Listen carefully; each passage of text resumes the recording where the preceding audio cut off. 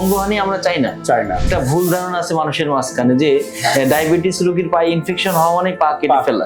সেন্টারটাও যেটা আধুনিক যে সেন্টার একাগ্রা, এখানে টার্গেটই হচ্ছে যে আমরা এটা অ্যাম্পুটেশন প্রিভেনশন, যাতে কোনো অঙ্গহানি না হয়। আসসালামু আলাইকুম, আমি ডাক্তার নাজমুল হাসান বলছিলাম একাগ্রা হাসপাতাল থেকে। আমি এখানে নিয়মিত প্রতিদিন বিকালে চেম্বার করি। আজকে আপনাদের সাথে এই যে সামনে আছে আমার সারাউদ্দিন কাকা, ওনার প্রথমে যখন অপারেশন করি পায়ের অবস্থা খুবই খারাপ ছিল, পায়ের তালুটা পুরো ইনফেকশন ছিল, পায়ের এই জায়গাটা পুরাটাই পচন ছিল। এক পর্যায়ে হয়তো ভেবেছিলাম যে পাটা বাঁচাতে পারবো কিনা। তো অপারেশনের পূর্বে ওনাদেরকে কাউন্সিলিং করা ছিল যে আমরা কিন্তু প্রথম অপারেশন করে চেষ্টা করব যে পাটা রক্ষা করার। প্রথমে কয়েকদিন ড্রেসিং করে দেখবো, উন্নতি হলে আলহামদুলিল্লাহ ভালো হবে, কিন্তু গ্যারান্টি দিতে পারছি না। তো আল্লাহর রহমতে ওনাদের আস্থা ছিল আমাদের উপরে, আমরা ড্রেসিং করলাম, অ্যান্টিবায়োটিক দিলাম। এক পর্যায়ে ইনফেকশনটা কন্ট্রোল হলো। এরপর দেখা গেল যে মাংসটা ভরে আসলো। এই কথাটা যে বলছি 30 সেকেন্ডও লাগেনি, কিন্তু এই যাত্রা কিন্তু এত সহজ না। এর ভিতরে আমার প্রায় মাসখানেকের মতো সময় লেগে গেল। আপনার মতো যারা ডায়াবেটিক পেশেন্ট আছে তাদের উদ্দেশ্যে আপনি কিছু বলতে চান যে পায়ের যত্নটা কিভাবে নেবে, বা কোনো সমস্যা হলে কি ডাক্তারের কাছে কখন কিভাবে আসবে, সেই সম্বন্ধে যদি আপনি একটু বলেন আর কি, তাহলে সবাই আপনার কাছ থেকে শুনলো। আমার বাসা মেহেরপুর, আমার নাম হয়েছে মোহাম্মদ সারাউদ্দিন।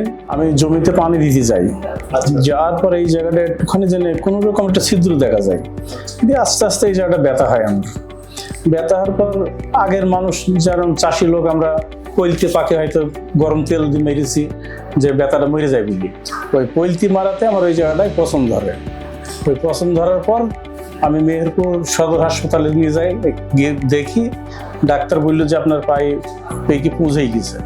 ওখানে কাটলু, কাটার পর বললো যে আপনার পাটা যদি বাঁচাতে চান তাহলে আপনি সরাসরি ঢাকা চলে যান। নাজমুল স্যারের কাছে এসছে আমার ছেলেটা, আমি খুব চেষ্টা করেছি যে আমার পাটা হয়তো বাঁচাইতে পারবো কেন। তো আমার ছেলে খুব চেষ্টা করি, দেখি আমার পাটা আমার ছেলে ভালো করে দিয়েছে 3 মাসের মধ্যে।